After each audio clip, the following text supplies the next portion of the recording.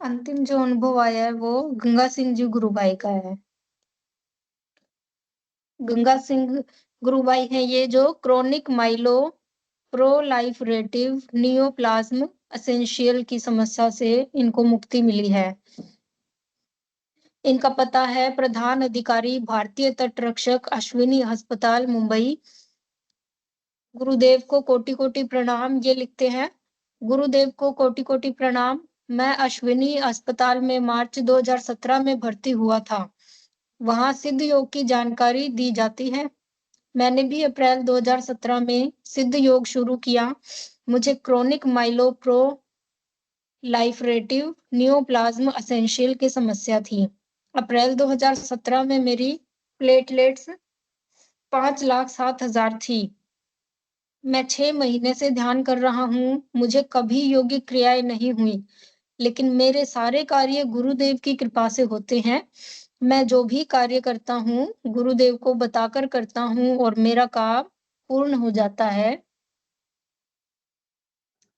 अब मैं पुनः भर्ती हुआ और मेरी प्लेटलेट्स 3,50,000 आई, जो कि सामान्य है। अभी कुछ दिन पहले ही मुझे पहली बार बहुत तेज स्वतः योगिक क्रियाएं भी शुरू हो गई है। ध्यान के बाद बहुत हल्का व शांति महसूस होती है। ऐसे समर्थ गुरुदेव को बार-बार मेरा प्रणाम। जय गुरुदेव। लेकिन रघुनाथ सिंह जी गुरु भाई हैं, जिनको लीवर की तकलीफ से मुक्ति मिली है। ये भी प्रधान अधिकारी है भारतीय तट रक्षक अश्विनी अस्पताल मुंबई। ये इनका पता है। ये गुरु भाई ने लिखा है कि गुरुदेव के चरणों में कोटि कोटि प्रणाम। मेरे लीवर में सूजन और हाथ में दर्द था। मैं अश्विनी अस्पताल में भर्ती हुआ। पहले मैं मेडिकल वार्ड में भर्ती था। वहां एक सर ने आकर सिद्ध योग का कार्ड व पैम्फलेट दिया, लेकिन मैंने क्लास अटेंड नहीं की। गुरुदेव की ऐसी कृपा हुई कि मैं दूसरे वार्ड में भर्ती हो गया। वह सोमवार को सिद्ध योग की क्लास लगती है। मैंने वहां सिद्ध योग की क्लास अटेंड की। उस दिन सिद्ध योग दर्शन क्या है और गुरुदेव की तस्वीर से ध्यान करने पर क्या फायदे होते हैं, ये जानकारी देकर 15 मिनट का ध्यान करवाया गया। उस दिन काफी शांति मिली और मन हल्का हो गया। दूसरे दिन से ही पूरे शरीर में स्वतः योग होने लगा। 4-5 दिन तो बहुत योग हुआ और हाथ-पाँव में दर्द होने लगा, जैसे बहुत ज़्यादा शारीरिक कार्य किया हो। अब मुझे पेट में अपने आप योगिक क्रिया हो रही है। जिस दिन मोतियाबिंद के लिए बोलता हूँ, तो आँख और सिर की योगिक क्रियाएँ होती हैं। लेटे-लेटे मंत्र जप करने पर पूरे शरीर में योगिक क्रियाएँ शुरू हो जाती हैं।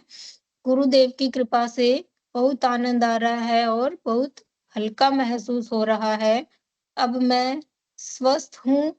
आप और सभी से निवेदन करता हूँ कि गुरुदेव सियाग के चरणों में समर्पण करके अपना जीवन धन्य करें। जय गुरुदेव। अगर आप में से कोई बोलना चाहता है तो बोल सकते हैं, नहीं तो फिर हम इसको पढ़ना जारी रखेंगे।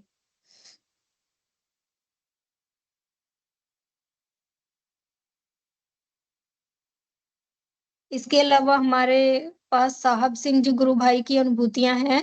गुरु भाई ने लिखा है, L4 व L5 के बीच घिसी हुई इंटरवर्टिब्रल डिस्क के दर्द से छुटकारा मिला। इनका पता है कबलाना, झज्जर, हरियाणा, भारत।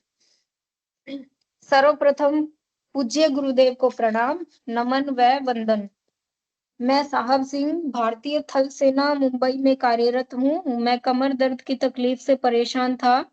जब जांच करवाई तो एमआरआई में पीआईवीडी, प्रोलैप्स, इंटरवर्टे इंटरवर्टेब्रल डिस्क L4 और L5 निकला। वह मुंबई के अश्विनी अस्पताल में भर्ती होना पड़ा। उस समय तक परेशानी भी बढ़ गई थी। एक ही जगह पर 2 मिनट से ज्यादा कहीं नहीं बैठ सकता था। एक पैर भारी हो जाता था और पैर सुन्न हो जाता था। कुछ भी काम करने की हिम्मत नहीं होती थी। वह आलसपन छाया रहता था। झुकने में तकलीफ होती थी। वह कमर में टेढ़ापन आ गया था। वह टेढ़ा होकर चलता था। डॉक्टर ने बताया कि आपकी रीढ़ की हड्डी में L4 और L5 के बीच में जो इंटरवर्टेबल डिस्क होती है वह घिस गई है। L5 L4 और L5 दोनों वर्टेब्रल आपस में मिल रही हैं। न्यूरोसर्जन ने ऑपरेशन की सलाह दी व बताया कि ऑपरेशन काफी रिस्की है। उसी दौरान एक साधक ने मुझे गुरुदेव के बारे में बताया व ध्यान करवाया। तो पहले ही दिन मेरा ध्यान लग गया और मैं एक ही स्थिति में आधा घंटा बैठा रहा व मुझे कोई दर्द नहीं हुआ, जबकि 5 मिनट से ज़्यादा एक पोजीशन में नहीं बैठ सकता था। तो उस दिन से मुझे गुरुदेव के प्रति समर्पण हो गया। फिर अच्छा ध्यान लगने लगा। ध्यान के दौरान शरीर पीछे जाने लग जाता था व आँखों से पानी गिरने लगता था व रीढ़ की हड्डी में टक-टक की आवाज़ आने लगती थी, जैसे कोई हथौड़ी से मरम्मत कर रहा है। वह ध्यान के दौरान नींद जैसे लगने लग जाती थी। मैंने 11 मई 2009 से ध्यान करना शुरू किया। 5-7 दिन में ही मुझे बहुत आराम मिल गया। 15 दिन में मैं बिल्कुल स्वस्थ हो गया। पहले वार्ड में दर्द के इंजेक्शन लगते थे, वह टैबलेट देते थे, तो 7 दिन बाद दर्द में कुछ आराम मिलता था। गुरुदेव का मंत्र जप व ध्यान करने पर बहुत आराम मिल गया, तो इंजेक्शन व टैबलेट बंद कर दी व मैंने डॉक्टर को ऑपरेशन से मना कर दिया। 15 दिन में मैं बिल्कुल ठीक हो गया। डॉक्टर ने अस्पताल से छुट्टी दे दी व डॉक्टर ने मुझे वजन उठाने, दौड़ने, कूदने, परेड करने व गेम्स करने से भी मना कर दिया। वह साधारण जीवन जीने की सलाह दी। अब मैं नियमित नाम जप व ध्यान कर रहा हूँ। मैंने सितंबर 2009 में गुरुदेव से दीक्षा ली। अब मैं पूर्ण रूप से स्वस्थ हूँ तथा कोई दवाई नहीं खाता हूँ। वह सेना की सारी ड्यूटी व दिनचर्या का पालन करता हूँ। सुबह 5 किलोमीटर दौड़ता हूँ व परेड भी करता हूँ। गेम्स खेलता हूँ व मुझे कोई तकलीफ नहीं हो रही है। घर पर भी माताजी ध्यान कर रही हैं। पहले मैं मांसाहारी था, अब खाने का मन ही नहीं करता व शुद्ध शाकाहारी बन गया हूँ। ऐसे समर्थ सद्गुरुदेव को कोटि-कोटि नमन, जिनकी कृपा से मुझे स्वस्थ जीवन मिला। अभी मैं गुरुदेव का प्रचार कर रहा हूँ। मैं चाहता हूँ ज़्यादा से ज़्यादा लोग सिद्ध योग दर्शन से लाभान्वित हों। जय गुरुदेव। जय दादा गुरुदेव। एक ज्योति वर्मा गुरु बहन है, जिनका कैंसर ठीक हुआ है। इनका पता है विजयनगर, भगत की कोठी, जोधपुर, राजस्थान, भारत। इन्होंने लिखा है कि सर्वप्रथम गुरुदेव श्री रामलाल जी सियाग महाराज को बारंबार नमन व उनके चरणों में प्रणाम करती हूँ, जिन्होंने नारकीय जीवन को स्वस्थ एवं शांतिमय बनाया। खुशियों के जीवन में कष्टों का तूफान कब आ जाए पता नहीं चलता। मेरी शादी होने के बाद जीवन में खुशियां कम और गम ज्यादा रहे। शादी के बाद पेट दर्द होने पर डॉक्टर के पास गए और इलाज करवाया। इससे फायदा न होने पर अस्पतालों व लेबोरेटरियों में जांच करवाने का सिलसिला शुरू हुआ।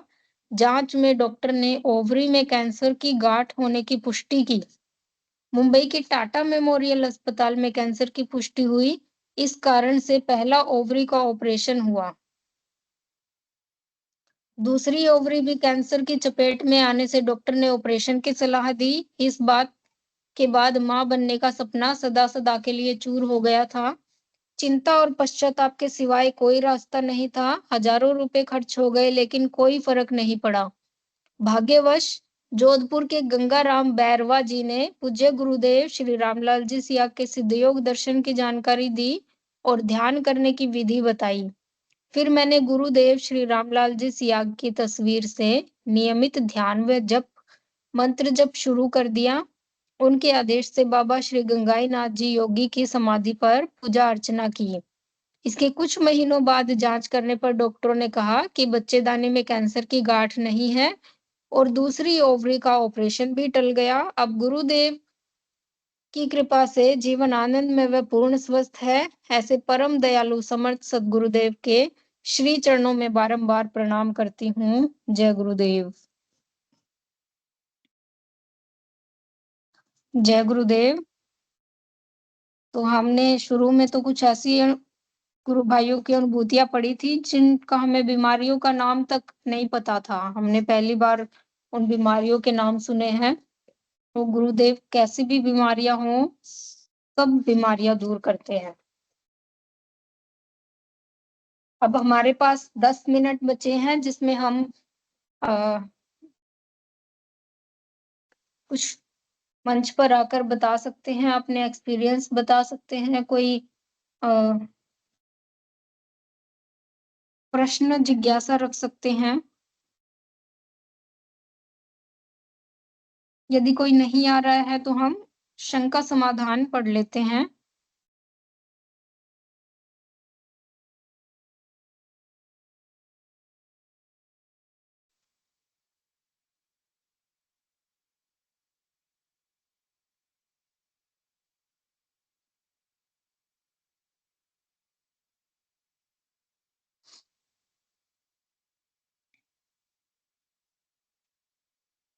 संजीवनी मंत्र से संबंधित शंका समाधान पढ़ते हैं हम। संजीवनी मंत्र जाप से संबंधित हमें क्या-क्या सावधानियाँ रखनी चाहिए? संजीवनी मंत्र जाप से संबंधित हमें इन बातों का ध्यान रखना है, जैसे संजीवनी मंत्र का मानसिक जाप बिना होठ और जीभ हिलाए करना है। इस मंत्र को दिन-रात अपने दैनिक कार्य करते हुए मानसिक जप करना है। ध्यान करते समय भी संजीवनी मंत्र का मानसिक जप करते रहना है। संजीवनी मंत्र के साथ किसी भी और मंत्र को नहीं जपना है। संजीवनी मंत्र के साथ किसी भी प्रकार की छेड़छाड़ नहीं करनी है। गुरुदेव अपने एक प्रवचन में कहते हैं कि मेरी आवाज़ अपने साथ रखो, आवाज़ के बिना इफ़ेक्ट नहीं होगा। इसको सुनकर कई साधकों का यह प्रश्न आता है कि क्या ध्यान करते समय हमें गुरुदेव का मंत्र ऑडियो भी सुनते रहना है? तो नहीं, गुरुदेव का अपने प्रवचन में इस बात को कहने का तात्पर्य यह है कि इस मंत्र का प्रभाव केवल उनकी आवाज़ में मंत्र सुनने पर ही होता है। इसलिए किसी भी नए साधक को गुरुदेव की वाणी में मंत्र सुनाकर ही शक्तिपात दीक्षा होगी और मंत्र प्रभावशाली होगा। यह बात गुरुदेव ने उस समय कही जब पहली बार गुरुदेव ने 30 जुलाई 2009 को मंत्र को सीडी में रिकॉर्ड करवाकर शिष्यों को उसे अपने स्तर पर प्रचार करने की अनुमति दी थी। 30 जुलाई 2009 से पहले गुरुदेव अपने समक्ष ही शक्तिपात कार्यक्रमों में दीक्षा देते थे। ध्यान करते समय साधक को गुरुदेव के चित्र को आज्ञा चक्र पर केंद्रित करते हुए केवल संजीवनी मंत्र का मानसिक जाप बिना होठ और जीभ हिलाए करना है। गुरुदेव की आवाज में रिकॉर्डेड संजीवनी मंत्र को नहीं सुनना है। क्या संजीवनी मंत्र के आगे ओम या उसके अंत में नमः जोड़ सकते हैं? तो गुरुदेव ने स्पष्ट कहा है कि संजीवनी मंत्र के साथ कोई छेड़छाड़ नहीं करनी है। ऐसा करने पर मंत्र प्रभावहीन हो जाएगा। इसलिए मंत्र के आगे या पीछे कुछ भी जोड़ने का प्रश्न ही नहीं उठता। संजीवनी मंत्र का जाप करने के साथ-साथ क्या हम और मंत्र जैसे कि गायत्री मंत्र, महामृत्युंजय मंत्र, दुर्गा स्तुति चालीसा आदि कर सकते हैं? तो गुरुदेव ने स्पष्ट कहा है कि संजीवनी मंत्र के जाप के साथ किसी भी और मंत्र का जाप नहीं करना, नहीं तो इफ़ेक्ट नहीं होगा। गुरुदेव से वार्तालाप जोधपुर आश्रम में शक्तिपात दीक्षा कार्यक्रमों के दौरान साधकों की शंकाओं का गुरुदेव द्वारा समाधान। जागृति कुंडलिनी जागरण कितने समय में हो जाएगी? गुरुदेव, इसमें समय नहीं होता, विश्वास होता है, विश्वास काम करता है और गुरु बना रखे हैं क्या? जी गुरुदेव, काशी में है स्वामी जी। गुरुदेव, देखो नाम मैं जो बताता हूँ वो जपोगे तो ही फ़ायदा होगा, जो चाहोगे वही हो जाएगा। दूसरा साधक कहता है, गुरुदेव मैंने ध्यान के दौरान देखा कि आप ही कृष्ण भगवान हैं, इसका क्या मतलब हुआ? गुरुदेव मुस्कुराते हुए कहते हैं, वो आप जानो। तीसरा साधक, गुरुदेव ये मेरी पत्नी है, रशिया से है, ये चाहती है कि इनके घर परिवार वालों पर भी आपकी कृपा हो, वो भी आपका ध्यान करें। गुरुदेव, हाँ ज़रूर, ऐसा करो। मेरी किताब है अंग्रेजी में religious revolution in the world, विश्व में धार्मिक क्रांति, वो ले जाओ। मेरी सीडी ले जाओ। घर वालों को दिखाओ और रूस में भी सबको बताओ और नाम जपो हर वक्त।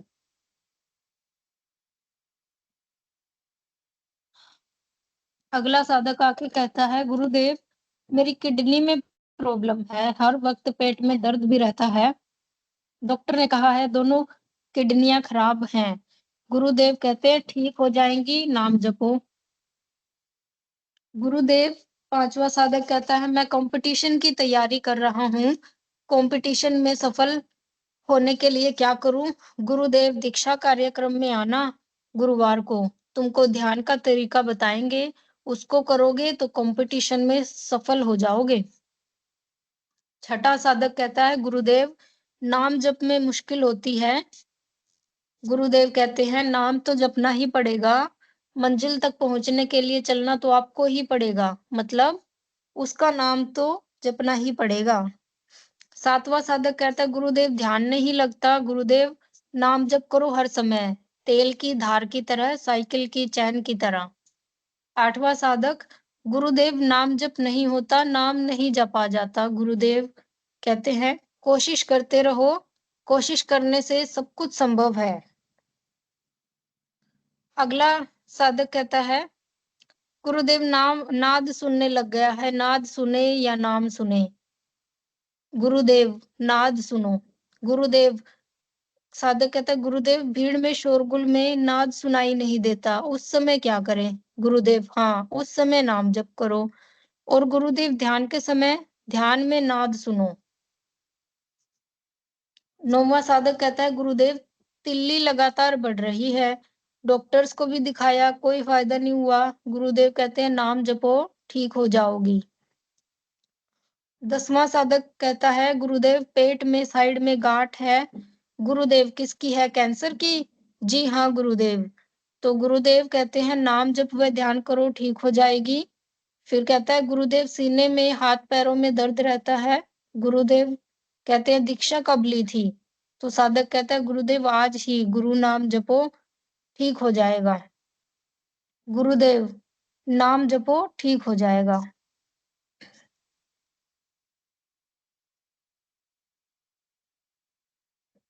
तो ये कुछ साधकों ने गुरुदेव से प्रश्न पूछे थे और उनका जवाब जब सबका गुरुदेव ने यही दिया है कि आप नाम जपिए, सब ठीक हो जाएगा। तो हम सबको एक विश्वास के साथ नाम जपना है, गुरुदेव सब कुछ ठीक कर देंगे हमारे लिए, जो बेहतर से बेहतर होगा वो ही गुरुदेव देंगे हमें।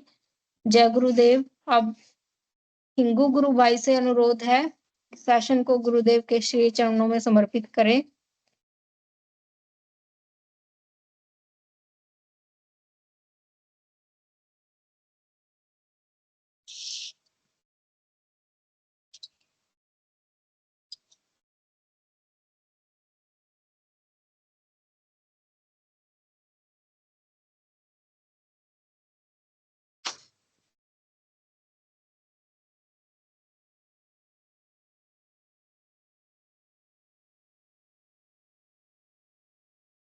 हिंगू जी गुरु भाई सेशन में शायद नहीं है, तो चलो मैं ही कर देती हूँ। सभी साधकों से अनुरोध है, कृपया अपना माइक और कैमरा को खोल ले।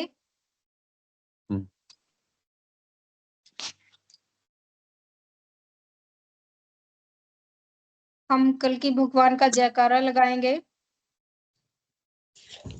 जय गुरुदेव सभी को। जय गुरुदेव, जय गुरुदेव, जय गुरुदेव, गुरु बहन, जय गुरुदेव। चेतना सभी में सिद्ध हो, जगत व्यापी हो और जगत के कल्याण के लिए हो। जय गुरुदेव सभी को। बोलो कल की अवतार की जय हो, जय हो, दादा गुरुदेव की जय हो।